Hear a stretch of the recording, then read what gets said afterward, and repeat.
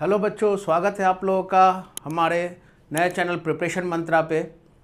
आज हम लोग पढ़ेंगे एरोमेटिक, नॉन एरोमेटिक और एंटी एरोमेटिक की कंडीशन क्या होगा, है ना। एरोमेटिक कंपाउंड होने का condition for aromatic compounds. Aromatic compounds का कंडीशन क्या होगा, कैसे जानेंगे क्या क्या कंडीशन है जिसको एरोमेटिक कंपाउंड जो है वो फॉलो करेगा। यानी कंडीशन के बारे में हम लोग जानेंगे कि क्या क्या कंडीशन होगा कौन से कंपाउंड के लिए, एरोमेटिक कंपाउंड के लिए। तो कंडीशंस फॉर एरोमेटिक कंपाउंड्स, ठीक है। तो आइए क्या क्या कंडीशन है एरोमेटिक कंपाउंड्स के लिए, इसके बारे में हम लोग जानेंगे। सबसे पहला कि एरोमेटिक कंपाउंड के लिए सबसे पहला बात कि वो कैसा होना चाहिए, रिंग होना चाहिए, यानी कंटेंस रिंग, है ना।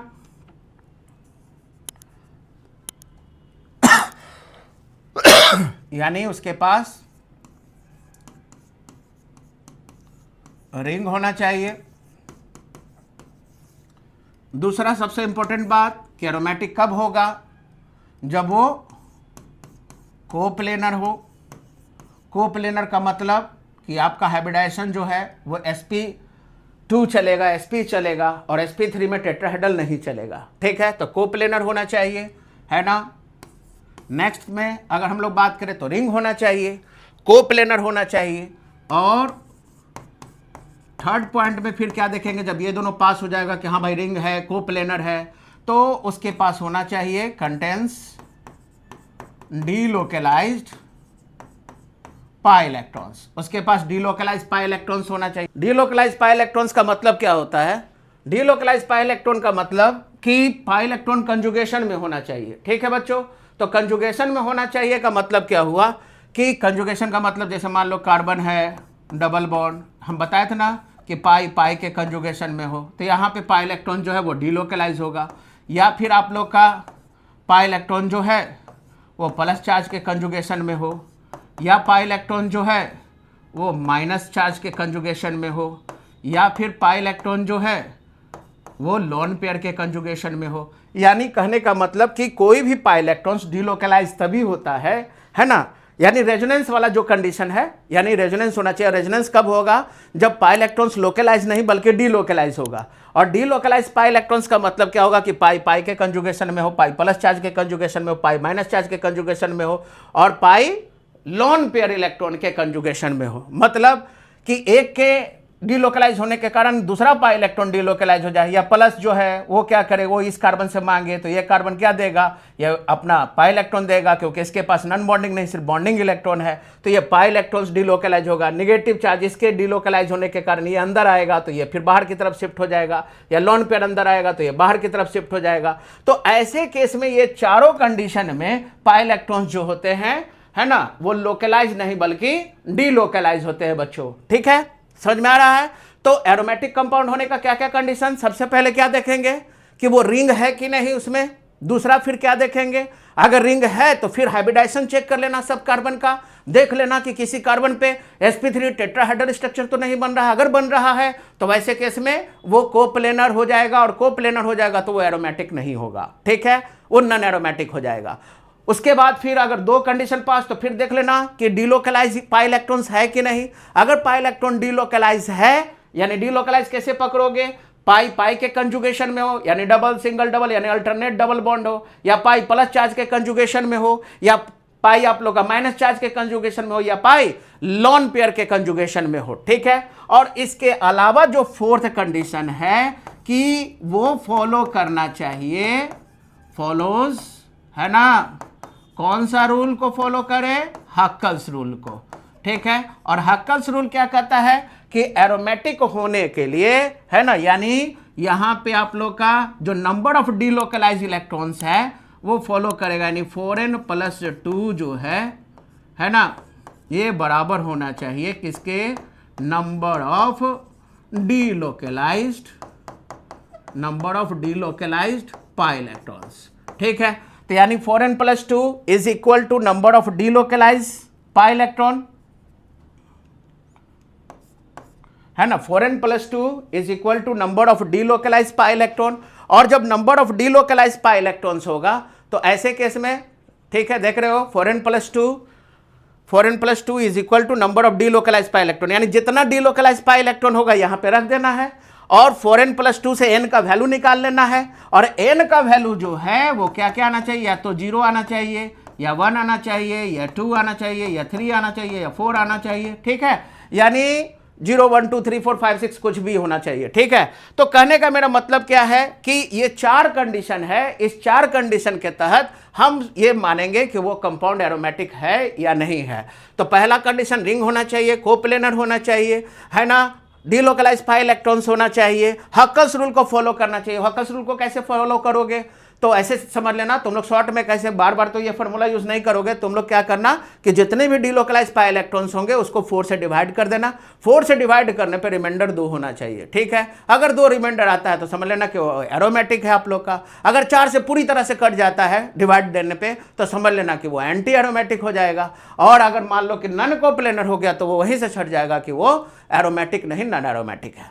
ठीक है, तो यहां से हम लोग ये बात कर लेंगे, रिंग होना चाहिए, कोप्लेनर होना चाहिए, डीलोकलाइज पाई इलेक्ट्रॉन्स होना चाहिए और हक्कल्स रूल को फॉलो करना चाहिए। और यहां पे कौन सा हक्कल्स रूल लगाएंगे, 4n+2 is equal to number of delocalise pi electron, यानी जितना डीलोकलाइज पाई इलेक्ट्रॉन है उसको काउंट कर लेना है, रख देना है ना, उसमें से 2 माइनस करके फिर 4 से डिवाइड करोगे तो n का वैल्यू 0 1 2 3 4 आना चाहिए। ठीक है, 5 6 आना चाहिए। ठीक है, तो ये कंडीशन है किसके लिए, एरोमेटिक कंपाउंड्स के लिए। ठीक है, इसी तरह से हम लोग बात करते हैं, इसी तरह से हम लोग कंडीशन नन एरोमेटिक के लिए कंडीशन क्या होना चाहिए, कंडीशन फॉर नन एरोमेटिक,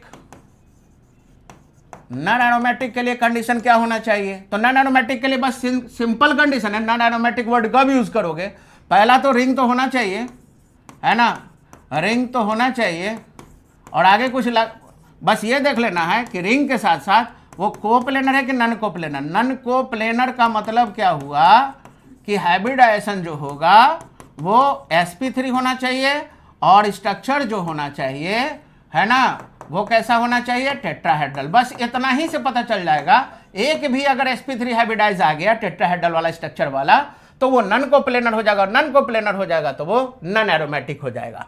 और उसी तरह से अगर हम कहें कि क्या कंडीशन होना चाहिए, कंडीशन फॉर एंटी एरोमेटिक के लिए, तो एंटी एरोमेटिक के लिए क्या कंडीशन होना चाहिए, तो इसमें भी, है ना, एंटी एरोमेटिक के लिए क्या कंडीशन होना चाहिए, तो सबसे पहला रिंग होना चाहिए, रिंग के साथ साथ कोप्लेनर होना चाहिए जैसे कि एरोमेटिक के लिए, है ना, कोप्लेनर होना चाहिए, यानी हाइब्रिडाइजेशन इस पे sp2 चलेगा, sp चलेगा, sp3 में टेट्राहेड्रल नहीं चलेगा। ठीक है, और उसी तरह से रिंग होना चाहिए, कोप्लेनर होना चाहिए, इसमें भी डीलोकलाइज पाई इलेक्ट्रॉन्स होना चाहिए, कंटेंस डीलोकलाइज्ड, है ना, पाई इलेक्ट्रॉन्स होना चाहिए। और ये भी हक्कल रूल को फॉलो करेगा, लेकिन इसके लिए कौन सा हक्कल्स रूल यूज होगा, है ना, इसके लिए होगा 4n is equal to number of, बोलो क्या, डीलोकलाइज्ड कौन सा इलेक्ट्रॉन, पाई इलेक्ट्रॉन। ठीक है, तो यहां पे याद रखिएगा कि सिंपल, यानी आप लोग देख रहे हो कि आराम से आप लोग अलग अलग कर लोगे। जैसे एरोमेटिक और एंटी एरोमेटिक का देख रहे हो कि कंडीशन, 3 कंडीशन तो सेम है, रिंग दोनों में होना चाहिए, एरोमेटिक में भी, एंटी एरोमेटिक में भी, कोप्लेनर भी दोनों में होना चाहिए, है ना, और साथ ही साथ डीलोकलाइज पाई इलेक्ट्रॉन भी दोनों में होना चाहिए। बस ये ध्यान रखना कि जो हक्कल्स रूल है वो अलग अलग लगाएंगे, यानी अगर मान लो कि 4 से डिवाइड करने पे रिमाइंडर 2 होगा तो वो एरोमेटिक हो जाएगा, और 4 से अगर पूरी तरह से अगर कट गया तो समझ लेना वो एंटी एरोमेटिक होगा। ठीक है, और रह गए नन एरोमेटिक की बात, तो वो देख लेना है कि sp3 टेट्राहेड्रल स्ट्रक्चर वाला एक भी कार्बन एटम है क्या, या एक भी एटम है क्या उस रिंग में। अगर उस रिंग में एक भी एटम ऐसा होगा sp3 टेट्राहेड्रल स्ट्रक्चर वाला तो वो नन कोप्लेनर हो जाएगा और वो नन एरोमेटिक हो जाएगा। ठीक है, तो यहां पे आप लोग n का वैल्यू क्या क्या होना चाहिए, यानी डीलोकलाइज पाई इलेक्ट्रॉन में 4 से डिवाइड करोगे तो n का वैल्यू जो है वो आ जाएगा आप लोग का 1 2 3 4 5 6, है ना, इस तरह से आता चला जाएगा। तो इस तरह से हम लोग बात करेंगे और बताते चले कि एंटी एरोमेटिक कंपाउंड जो होते हैं, है ना, ये जनरली पैरामैग्नेटिक होते हैं, है ना, इसका मेन कैरेक्टरिस्टिक्स है कि ये जनरली पैरामैग्नेटिक होगा, और जबकि आपका एरोमेटिक कंपाउंड जो होते हैं वो डायमैग्नेटिक होते हैं, यानी पैरामैग्नेटिक है मतलब कि इसके पास होगा, बोलो क्या, अनपेयर्ड इलेक्ट्रॉन्स निश्चित रूप से होगा, और अनपेयर्ड इलेक्ट्रॉन होने के कारण मैग्नेटिक मोमेंट जीरो नहीं होगा, और इस कारण से वो पैरामैग्नेटिक होगा। ठीक है बच्चों, तो आप लोग को समझ में आया होगा कि एरोमेटिक, नॉन एरोमेटिक और एंटी एरोमेटिक कैसे पहचानेंगे, है ना। और इससे फिर हम लोग तय करेंगे कि स्टेबिलिटी फिर किस में ज़्यादा होगा, किस में ज़्यादा नहीं होगा। तो यहाँ पे आप लोग समझ गए कि कोई भी कंपाउंड जो है एरोमेटिक, नॉन एरोमेटिक या एंटी एरोमेटिक होने के लिए क्या क्या करना होगा।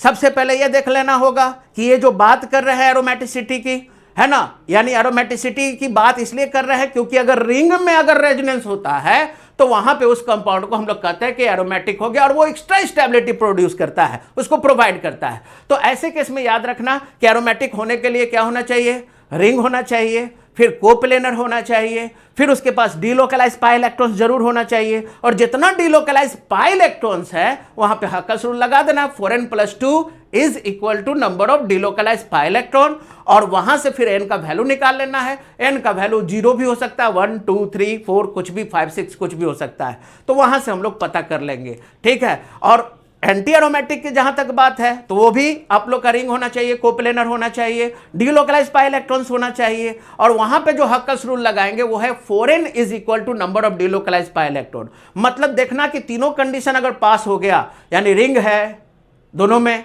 है ना, कोप्लेनर भी हो गया, डीलोकलाइज पाई इलेक्ट्रॉन भी हो गया, तो हक्कस रूल कैसे लगाओगे, तो कैसे पता चलेगा कहां क्या लगाना, चुपचाप 4 से डिवाइड कर देना।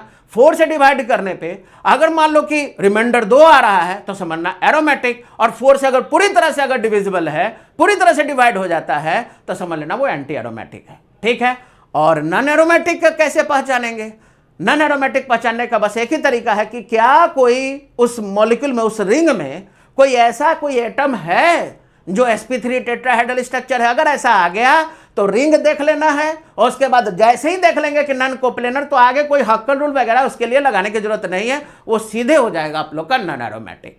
ठीक है बच्चों, तो समझ में आ रहा होगा बच्चों लोग। अगर किसी तरह का कोई भी प्रॉब्लम हो तो आप निश्चित रूप से कमेंट कर सकते हैं, पूछ सकते हैं। लाइव क्लासेस के दौरान जब हम लोग फिर से इस चीज़ को शुरू करेंगे तो वहाँ पे पूछ भी सकते हैं, या कमेंट में आप अपने जो फीडबैक है वो हमको ज़रूर दीजिएगा।